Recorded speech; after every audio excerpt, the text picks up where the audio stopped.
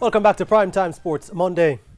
Football is where we kick off as members of the coaching staff of the Reggae Boys senior team are disgruntled after not being paid bonuses from the 2019 CONCACAF Gold Cup. Last week, JFF General Secretary Dalton Wint told TVJ Sports that all players have received their bonuses. More in this report.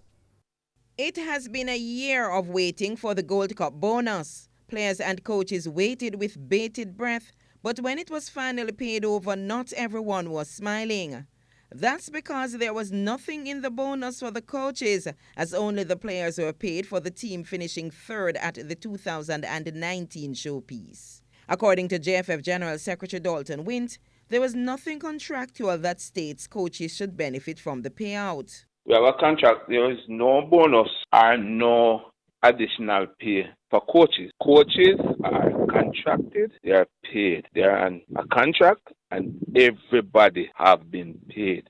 But the coaches are fuming, arguing that they were paid bonuses in previous years, with the last being in 2017, which benefited everyone, including the office staff at the JFF. They were given a bonus owing to the fact that the JFF had decided, based on the fact that they had reached the finals, and so they would have earned a certain amount of money, and so they were allowed to share into that spot.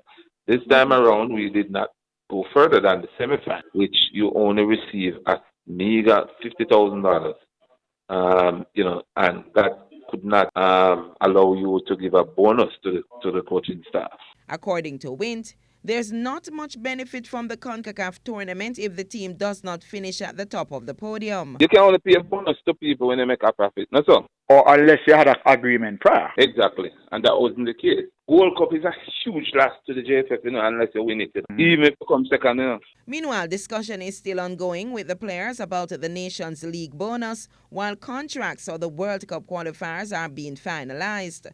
As for training, Wint says the medical and technical staff are working out a plan on the way forward. Karen Madden, TVJ Sports.